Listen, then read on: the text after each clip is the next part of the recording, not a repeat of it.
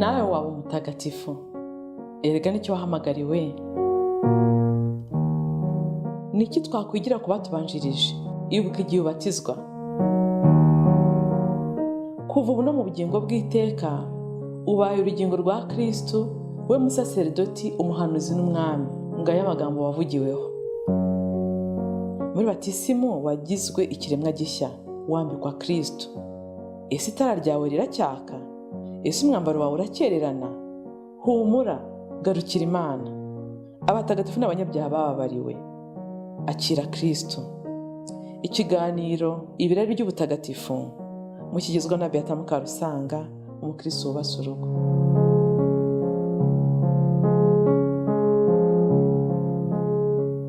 Kristo yakozwe bavandimwe muri iki kiganiro ibirari by'ubutagatifu. Nongeye kubaha ikaze nanone. Ngiye gutangira mbasaba imbabazi. Ngiye kugarura ikiganiro cyenda gusa nkaho nigeze kukivuga, ariko muracyumva ku bundi buryo. Muracyumva ku bundi buryo, cyane cyane ko ndi gusubiza abantu bagiye bamaza commentaire, aba mu gikari, cyane cyane banyuze mu gikari bambwira batari ko Beya, kubera iki uvuga kenshi ku bintu bijyanye n'umuriro w'iteka? Kubera iki utavuga Imana? Kubera iki utavuga ibi n'ibi n'ibi? Ni kuvuga ngo Imana, iyo turi kuvuga abatagatifu tuba tuvuga Imana mu buryo yigaragaza muri abatagatifu, kandi tuzagira n'umwanya munini wo kugenda tubigarukaho, nkuko mu kiganiro cyabanje twavuze kamere y'Imana nibura muri yo n'icyatumye irema ko yari yisagutse mu bwiza bwayo n'ububasha bwayo n'ibiyigize byose. Ariko impamvu ngarura iki kiganiro ku bucibwe ni uko hari umuntu umwe, hari abantu babiri, umwe yareruye arambwira ati njyewe ntabwo nemera yuko umuriro w'iteka ubaho. Imana ibaho kandi twese tuzajya mu ijuru. Imana ni nyampuhwe. Ariko nyuma akomeje ambwira ibi biri inyuma, avuga nyine imvugo inajimije cyane bigoye ko yumva. Ndanamubaza ariko uvuga ibintu nk'iby'abafuramaso, ati n'aba ndi wese nkaho yaba ari we. Mu Banyarwanda dufitemo abantu bagiye bajya muri bene ibyo bintu bihabanye no kwemera, byerura rwose bikayoboka shitani, nabo barahari. Birababaje ko umuntu mwaba muziranye yarafashe iyo nzira akerura. Ariko n'umwe unyereka ko wenda hari abandi benshi batabivuze. Undi wa kane nawe niwe wambwiye ati kuki uhora uvuga ibi, kuki uhora uvuga ibi? Ariko impamvu mbivuga nta yindi bavandi, ni uko n'umwe atagomba gucibwa. Twese tugomba kumenya ububi bw'ubucibwe bw'iteka. Mama Faustine yarabitubwiye mu kiganiro nabaganirije mu minsi yashize. Ariko ndongera mbigarukeho nifashe nanone Don Bosco mutagatifu, nkuko nakomeje kumufasha mu bijyanye n'inzozi, ibyo yagiye arota afashijwe na Meka Murinzi akamutembeza ahantu hatandukanye, nicyo tugiye kuganiraho. Ariko nagira ngo nongere mbasabe rwose bavandi, tumenye yuko twaremewe Imana. Iyo umuntu ahisemo kunyuranya nayo, akanyuranya n'amategeko yayo, agapinga iby'ukwemera gutangaza, kwakira izitangaza, uwo muntu aba arimo yishora mu bucibwe bw'iteka. Kandi nta deuxième chance ibaho, nta repêchage ibaho. Iyo wahageze biba birangiye. Nibyo tugiye kumva mu kiganiro cya none aha, tubikesha inzozi nanone za Don Bosco mutagatifu. Yaratangiye ati bana banjye, nari maze gusinzira, maze saa sita z'ijoro umuntu ntazi uri mu rumuri nk'uvuye mu ijuru araza arankangura ati byuka tugende. Nuko ntese tugiye hehe? Undi ati ngwino unkurikire ndakwereka. Nuko ndabyuka ndamukurikira. Twambukiranye ikibaya cy'ubutayu bugari cyane. Nyuma dutangira kubona impande z'inzira ibyatsi bitoshye ndetse n'indabo nziza cyane. Mpita nibuka ya magambo abigishwa bibabajije Yezu bati mbese abantu bake nibo bazarokoka? Yezu akabasubiza ati muharanire kwinjira mu muryango ufunganye. Mbega ukuntu inzira ijyana mu kurimbuka ari ngari, maze abigana bakaba benshi cyane. Mbega ukuntu inzira igana mu bugingo ifunganye, maze bake akaba aribo bayinyuramo. Bosco ati mbega ukuntu nihutaga, nari meze nk'utwawe n'umuyaga. Nuko ndakebuka mbona abahungu banjye bo muri oratoire bahandi nyine babaga barankurikiye, ariko benshi muri bo bakagenda bagwa. Nabajije wa wundi unyoboye impamvu bagenda bagwa, ati komeza tugende urabibona. nigiye imbere mbona utugozi tumeze nka za rase, ngakurura ngo mbabyutse, ariko aho kugira ngo nkurure uwo mugozi ahubwo akaba ari wo unkurura, mbese uwo mugozi ukamurusha imbaraga. Nuko ndawukurikira mbona ngeze ikuzimu ahantu hasi cyane, nsanga ya migozi ifashwe n'igikoko kinini kibaho, nsanga ya migozi kandi yagushaga aba bana ifashwe mu nzara zacyo, les griffes. Mpita nsobanukirwa ko ari imitego Sekibi ibatega mu nzira. Wari unyoboye arambaza ati ese wamenye kiriya gikoko icyo ari cyo? Bosco ati cyane, ni shitani, iriya migozi niyo ikuruza abana banjye ngo bagwe mu muriro. Naho Marayika aramubaza ati naho se iriya migozi? Bosco ati nubwo nako Bosco abaza Marayika ati naho se iriya migozi ni iki? Marayika aramubwira ati nubwoba bagira bwo kugaragaza ko ari abakristo ngo batabaseka no gusoma ibitabo bibi. Reka dufate pause hano. Urubyiruko rwacu ese ni bangahe baterwa ishema no kugaragaza aho bagaze mu Kristo bwabo? Aho iyo bageze muri za interina, mu madini y'urudaca, mu mpaka babagisha kuri Bikira Mariya, kuri Ukaristiya, kuri irya n'ino tudahurijemo n'amadini yose, aho wenda ntibihisha, cyangwa se uretse n'ibyo byose, wenda iyo bageze aho bagomba guharanira kugaragaza aho bahagaze mu migenzo myiza runaka, mu kwanga icyaha, ntibabaseka nabo bagacika intege bagakora ibyo abandi bakoze, nko gukopera n'ibindi cyangwa se kutubaha ubuyobozi bw'ikigo. Hanyuma si ibitabo bibi Marayika Murinzi yavugaga byasohokaga icyo gihe bikayobya abana. Noneho nimutekereze amafilime n'indirimbo z'urukozasoni zisigaye zinyura mu maradiyo na televiziyo. Ibyo byose bigaragaza ko urubyiruko ruba rufite ibibyagiriza bitagira ingano. Reka dukomeze inkuru. Ati nigiye imbere gato mbona inkota ebyiri ndende kandi zikomeye. Imwe yanditseho uguhazwa Ukaristiya, indi yanditseho ngo ubuvugizi cyangwa se ubutabazi bwa Bikira Mariya. Mbona n'inyundo yanditseho ngo guhabwa penetensiya. Sobanukirwa ko uwakoresheje izo ntwaro abasha guca ya migozi imujyana kwa shitani. Imigozi ica rukuruzi zijyana kwa shitani ni Ukaristiya, ni penetensiya, ni Bikira Mariya. Wari unyoboye arakomeza ati twihute turacyafite urugendo rurerure. Nuko turakomeza. Uko twigiraga imbere niko inzira zarushagaho kugorana, hagenda hashyuha kandi twihuta nk'abaguruka. Nuko tugera ku nyubako nini cyane nka shato icucumukamo umwotsi w'icyatsi kibisi n'ibirimo iby'umuriro bitukura. Ndamubaza nti ibi ni ibiki? Aransubiza ati soma urasobanukirwa. Ndasoma ibyanditse kuri portaye nini ngo aha nta gakiza, uhinjiye ntasohoka. Nahise menya ko ari mu muriro w'iteka. Turakomeza, ansaba ko tuzenguruka urwo rukuta rwa shato, mbona izindi nzugi ebyiri zanditseho amagambo yo mu ivanjiri ngo mugende mwabivume mwe mu muriro w'iteka.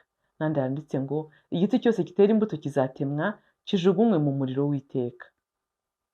Muri ako kanya harasuka umuntu uje yihuta cyane, imisatsi yasambutse, niruka njya kumufata.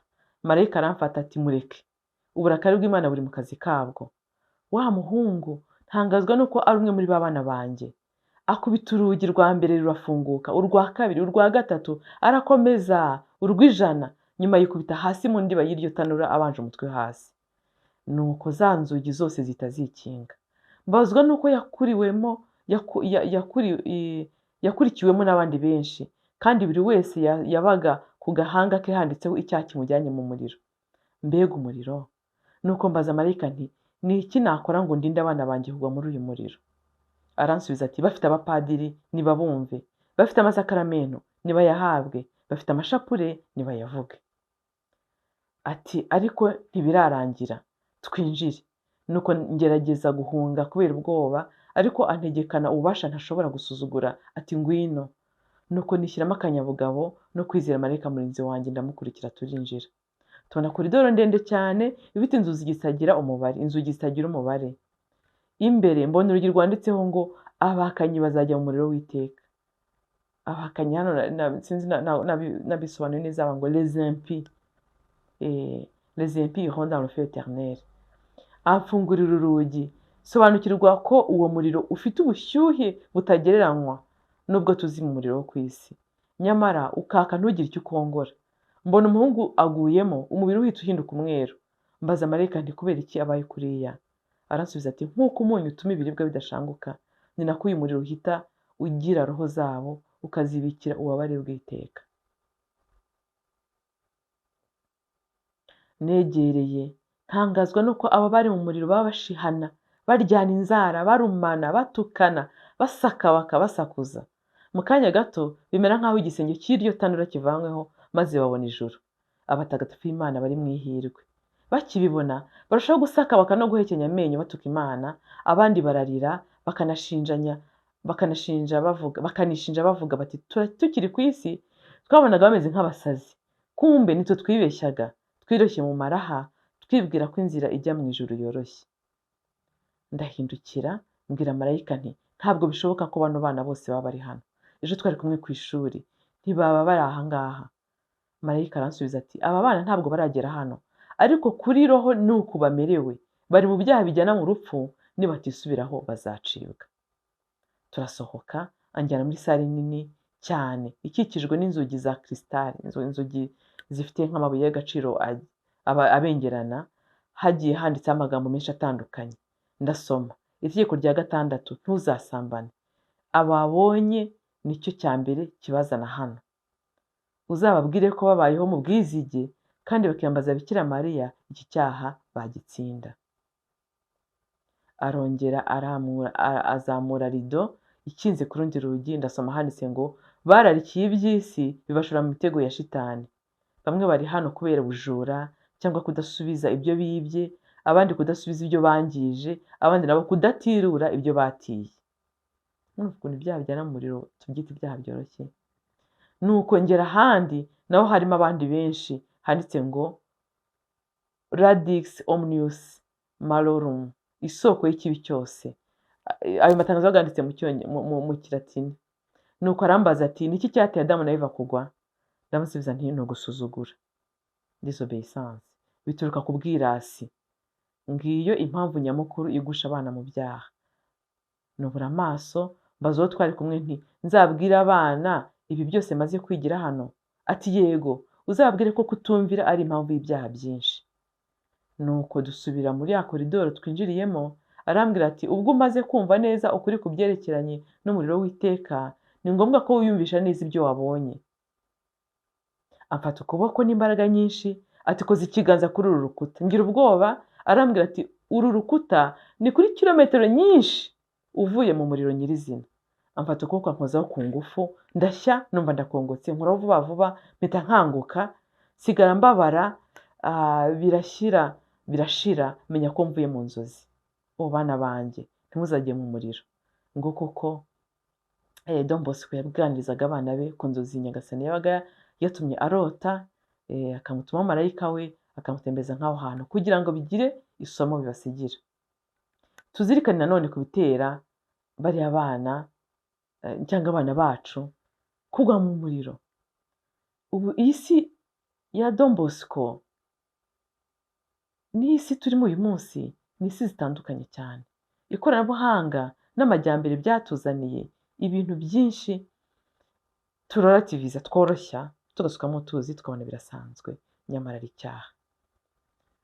Ndetse bimwe ikiganiro nigeze kubaha kuri antikristo w'imperuka, ibi bihe antikristo uvuga ngo sisiteme ya sekibi mu by'ukuri isa nk'iyemewe mu bitekerezo y'abantu, bikoroshywa bikamenyerwa ku buryo bimwe bihinduka nk'ikintu bakwifashisha kugira ngo uringanize imbyaro, ngo kwikinisha. N'umunsi abantu babiganira ndatangara ngo nabwo ni uburyo bwo kuringaniza imbyaro, kandi mu by'ukuri n'ubusambanyi nihari.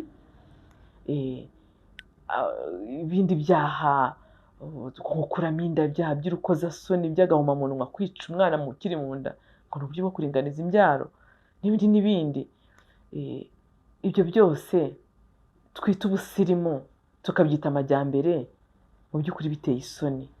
Nagira ngo mbasabe dushigukire, dukanguke, twakujya twibwira ngo nta kibazo, byose biremewe, n'uburenganzira bwanjye, Imana yaduhaye ubwenge. Hari ibintu abantu badutse kujya bavuga ngo Imana yaravuze ngo nutamenya ubwenge ngo nzakureka. Nawe no mu murongo byanditseho, wenda ubanza uhari, ariko sinzi kumenya ubwenge mu by'ukuri Imana ibavuga ni uguki. Kumenya ubwenge ni ugushyiramo sterire. Kumenya ubwenge ni iki? Kumenya ubwenge ni ugukora ibyaha, ngo no kwirwanaho ngo kwiba nta kibazo, nutamenya ubwenge nzakureka, ibintu byose ugakoresha verse ijambo ry'Imana muri Bibiliya usobanura impamvu wakoze icyaha cyawe kikujyana mu rupfu. Rero nagira ngo dukanguke tumenye yuko iby'Imana ntabwo bikinishwa, kandi ijuru ku buryo ari ryiza rirahenze. Niyo mpamvu nyine abigishwa bamubaza bati koko ni bake bazarokoka? Yagize ati ntabwo ababwira ngo oya ni benshi cyangwa ni bake, ahubwo ngo ndababwira ukuri nimuharanire kwinjira mu muryango ufunganye. Benshi bazabyigana bashaka kwinjira ariko byo kubakundira. Ni ukubera yuko mu by'ukuri ayo marari, ibyo bitworohera, ibyo byo kutiziga, ubusambo, kurya ukarenza urugero, kuryagagura, ibintu by'amaraha, kunywa ugasinda, kugira gute, ibyo byose tubitekerezeho tuvuge ngo ese mu by'ukuri urimo urakorera ijoro? Ese uzi ko ubuzima bwo ku isi ugereranyije ubuzima bw'iteka ari akanya gato cyane nk'isegonda, nawe wibaza ubuzima butazashira, mwihirwe cyangwa se umubabare. Niyo mpamvu rero iki kiganiro banashyizeho kugira ngo ntiduharanire kujya mu ijoro. Mu by'ukuri ntabwo twagakwiye guharanira ubutagatifu kubera ko dutinya umuriro. Twakagombye guharanira ubutagatifu kuko Imana ikwiye gukundwa, nk'aho umuriro waba utabaho. Dukunda Imana nk'aho umuriro waba utabaho bavandi. Imana ikwiye gukundwa, Imana ikwiye gukurikirwa ko ari urukundo, ko yadukunze mbere ikaduha byose, ikatangira n'umwana wayo. Dukwiye kuyikunda tudavuga ngo reka dukize amagara. Ariko niba byakunaniye kuyikunda, nibura bikuvuyeho bikuye ku mutima ngo reka mariremo nkunda Imana, nyikorere, niruka amasigamana nyishaka, basi kiza roho yawe. Nibura uzashimisha Imana ko amaraso y'umwana wayo atapfuye ubusa. Reka mumfashe dusingize Imana mu bamarayika n'abatagatifu bayo.